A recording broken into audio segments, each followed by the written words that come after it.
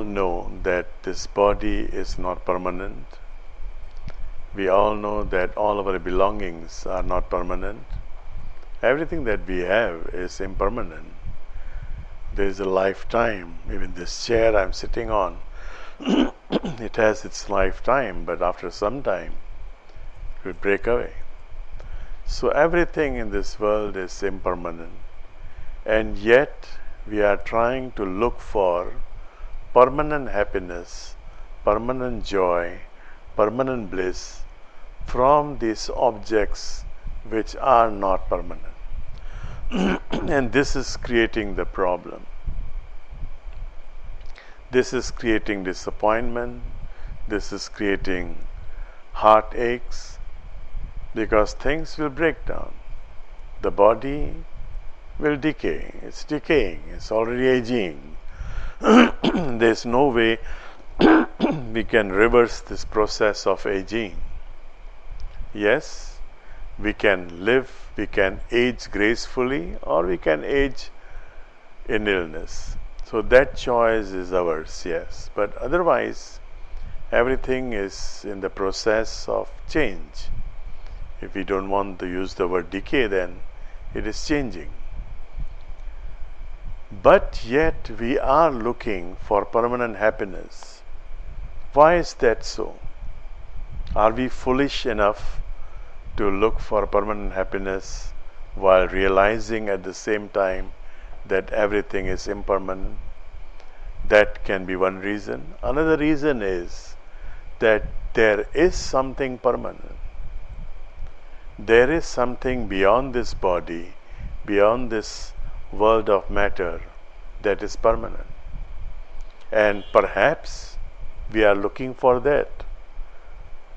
The ancient sages, the ancient scientists of soul, they said yes, there is something that is not impermanent, that is permanent, that is eternal, that is immortal, and that is the spark of consciousness within each one of us.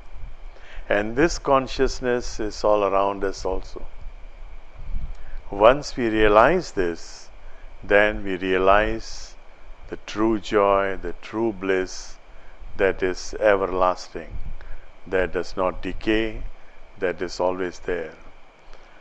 Meditation is an art and science to realize that.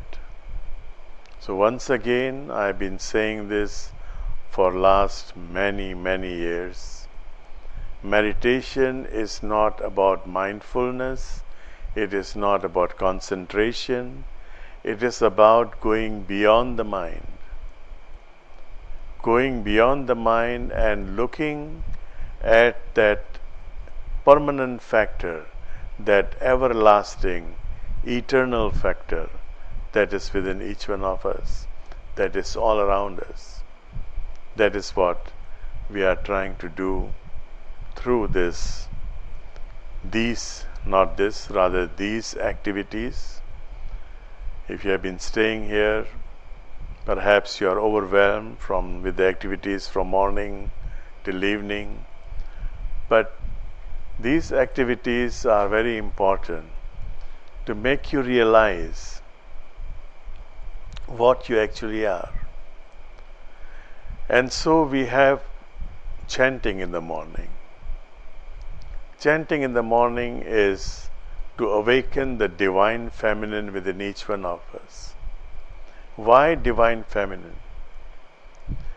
Sanskrit language, which has been acknowledged now by NASA, by the scientists, that it is the only language that can be used for artificial intelligence directly. So this language, in this language, all the best qualities, all the sublime qualities within us are all feminine. Each and every quality has a gender in Sanskrit. Forgiveness is feminine. Glory is feminine. Even in the Latin, the old Latin, because we belong to the same family of languages. Glory, grace, all these are feminine words. And all these qualities are right now within us. We all have each and every quality of this, but they are suppressed by the male qualities, which are good, but we have to revive these female, the divine feminine within us. And so early morning we start our day with invocation to the divine feminine, not outside us but within us. The deity outside you look at is just a reminder of the beauty within you, of the beauty within each one of us. And then we go through the process of cleansing, Agnihotra. That is not only to cleanse the environment around here where you are living for some time, but also the environment within you.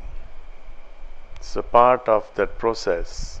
And then yoga, you are involved in a series of movements which are not only giving some kind of balance to your body, but also enhancing your soul. After that, those movements, then you have some time to rest, some time to be with yourself, and then afternoon again, we go back to the same divine feminine. We invoke the divine feminine again, 3 times a day. In the afternoon, you have meditations, you have a cleansing process if you want to let go of your phobias, traumas which are keeping you from your true self. So you can have a appointment with Eddie, and you can have a meditation for that purpose. Also there are meditations given by Herni. And then once a week, to bring out the devotion within you. Yesterday, if you attended the Kirtan session, Bhajan session, today is meditation. On Sunday, we have got Jnana Yoga, Satsang, to understand what yoga is. We are right now discussing about Yoga Sutras. Yoga Sutra is the most important treatise on yoga. So we are trying to understand what actually yoga is. We keep changing the subject, but right now we are into Yoga Sutra, and I think this will go on for about 1.5 to 2 years perhaps. There are 200 sutra, and we won't go fast. We'll dwell on each and every sutra, each and every code, each and every formula, and they'll be available on YouTube also. So if you go back home, of course the YouTube that we had edited version, we cannot put all of them, but yes, if you miss those sutras, you can again look at the YouTube when you go home.